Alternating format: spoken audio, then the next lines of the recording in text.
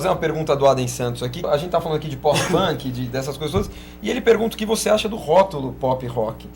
Ele, na verdade, ele quer saber sobre rótulos, e eu te pergunto sobre rótulos em geral, porque antigamente a gente ouvia rock, e na mesma mesa que se falava de Poison, se falava de Iron Maiden, e hoje em dia são coisas completamente antagônicas, porque aqui tudo era rock, e hoje tem muita divisão, tem muita subdivisão, rock e outros gêneros. O que você acha do rótulo pop rock? É complicado isso, assim. Rótulo é um, sei lá, um mal necessário, vamos dizer assim. Você tem que rotular. Segmentar. Você tem que vender de alguma maneira. Você tem que chamar aquele produto, você tem que expor ele para algum público. Então, segmentar, você objetiva o seu consumidor. Sempre vai ter. Mas assim, pop rock, o que eu posso dizer do pop rock? É chato. Por isso que eu falei o polêmico Atos Costa. Mas é mesmo. Mas é chato. O polêmico. A não ser que tem fases que pop rock tem uma coisa legal, sempre tem alguém que se destaca, é interessante, mas no contexto, no âmbito geral da questão, é uma merda. Porque, por exemplo, eu gosto de pop e gosto de rock. Mas quando uma coisa fica meio híbrida, pop assim, rock? Pop como pop rock, às vezes não rola. Não rola. Você não teria um exemplo de pop rock que você caracteriza, esse é um pop rock? Boa pergunta. Essa é uma das perguntas difíceis que eu falei que não pode fazer. Eu estudei.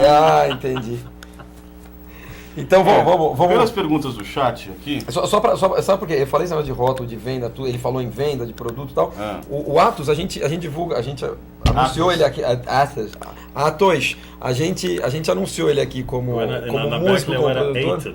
Eitas. Com músico e produtor, mas ele. Ateu, né? Ele Desculpa. É publicitário. O Atos é um publicitário, então ele entende como ninguém essa questão de segmentação, de objetividade do consumidor. Eu sou um publicitário de formação, porque eu nunca trabalhei. Mas você tem essa carta na manga, que você pode usar ela muito bem para suas funções de produtor e músico. Eu adoro, é uma coisa que faz parte da minha vida, do meu histórico, da minha cultura, mas assim, nunca, é engraçado eu nunca ter trabalhado com isso, porque eu gosto muito. Como é que tá o chat? Está super legal aqui, pessoal, aqueles que eu já falei. Tati Nicolini também está aqui também. Tati Mr. Volpe. Grande.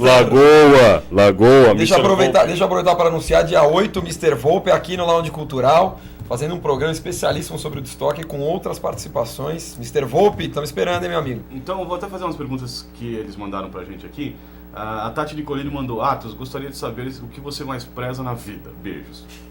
Essa é daquela categoria de música. Essa também é uma pergunta fáceis, fácil, exatamente. Tá, sexo.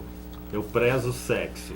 Tá vendo? É o que eu falei, meu amigo. Tati. Pra quem achou que ele ia falar só de música, a gente tem aqui uma... Nos encontramos de música Inclusive ele foi além, ele lançou o Kama Sutra 2, ele tem posições que ele inventou após Kama Sutra. Inclusive, Kama Sutra rock and roll. É o que dizem, né? Seguindo esse raciocínio, Lula Estevô, Atos. Eu vou ser massacrado hoje. Você quer falar sobre o assunto cartas? Atos, você quer falar? Ficamos pelo... Eu não quero falar mais sobre isso. Não tenho a mínima ideia. Mas o Atos musicalmente, a gente tá falando dos anos 80, falou do Zero, e você deu mais ou menos nos um anos apanhado 80, assim, pra você ter uma ideia, eu cheguei um momento, eu tinha 11 bandas de trabalho autoral. Nossa Senhora. Uma coisa espetacular. E de destaque, o Zero, evidentemente. Eu toquei numa banda, quando eu entrei no Zero, eu tocava no Tantan Club. Que foi da Sony. Era uma banda muito boa, muito boa. Eu tenho boas lembranças.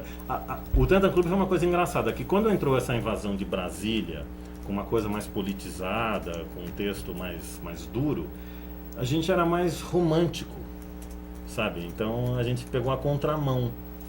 Mas era uma banda genial. E outro dia eu peguei pensando sobre isso, Thomas, dessa questão do romantismo, do saudosismo, se realmente a época era melhor ou se a gente está ficando como a gente achava que os nossos pais eram nos anos 80. Não, assim, pra mim é uma coisa muito difícil, porque vocês são bem mais novos, vocês dois, do que eu, por exemplo. Então eu peguei uma época que... Eu ia falar nem tanto para agradar tudo, mas acho que não. Acho que a gente não é bem dá, mais não novo dá, mesmo. não. A gente realmente Você é praticamente... Essa é verdade. Você tem uma mania de querer agradar os convidados. Então por isso, mas eu acho isso... Eu prezo isso. Você preza? Pois é. Eu tô tentando te agradar, mas tá difícil. Perdi o fio da meada, tá vendo? Você fica... Não, sobre a questão dos pais, que a gente achava os nossos Não, pais. que eu peguei uma época, saudosistas. que as coisas foram criadas. Que, por exemplo, então tem algumas coisas, eu pesquiso muito tentando achar alguma coisa nova. Então tem algumas coisas que surgem, que todo mundo adora, que é famoso, que gente bacana gosta, eu não consigo ouvir.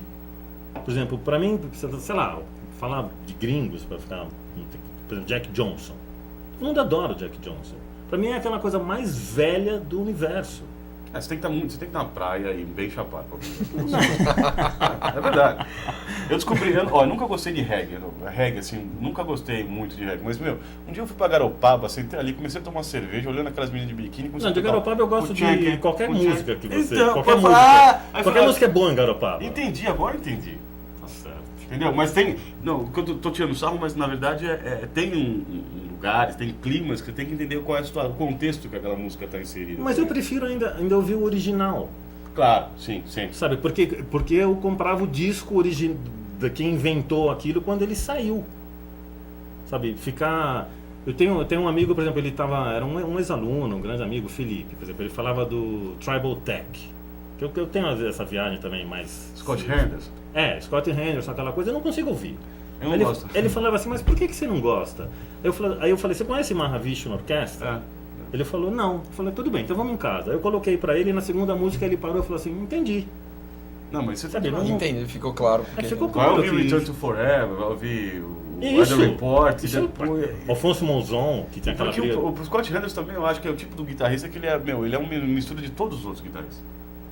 Né? Era um ele clone universal. Ele toca pra caralho, mas ele não tem personalidade nenhuma, assim. Não diz nada. Você escuta a obra inteira dele... Olha só, a polêmica mais uma vez do programa. programa. Polêmica, nós estamos concordando, pô. Sorte que Scott Henderson não é nacional, senão já estaria aqui batendo na porta do lado. Cláudia tá mandando... Não, ele toca muito bem. Não, toca pra caralho. Toca muito. Ele é mistura de todos os Halls e todos os Steves. Você junta tudo, Não, é bom isso. Ótimo. Cláudia fale pro Watts que eu estou assistindo o programa aqui da Inglaterra. Manda um beijão.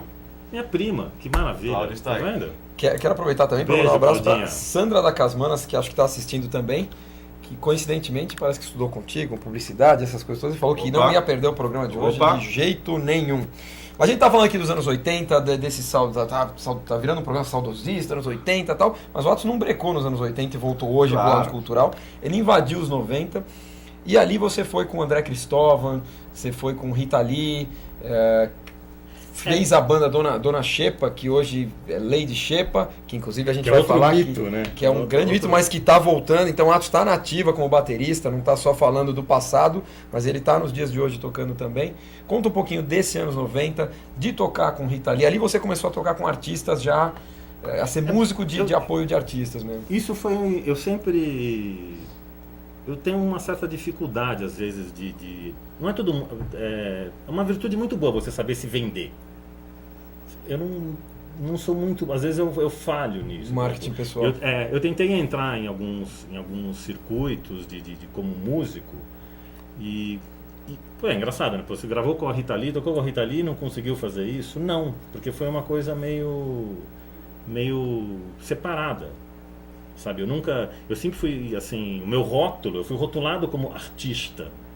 E aí o artista não é bem-vindo, assim, você tem uma barreira extra para romper.